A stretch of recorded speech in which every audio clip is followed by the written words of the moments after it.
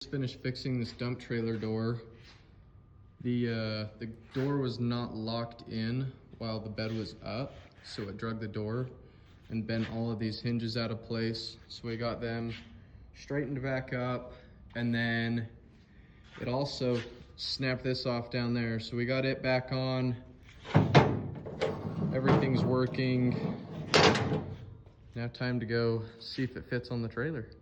All right, we just finished up reinstalling this door. Fit perfect.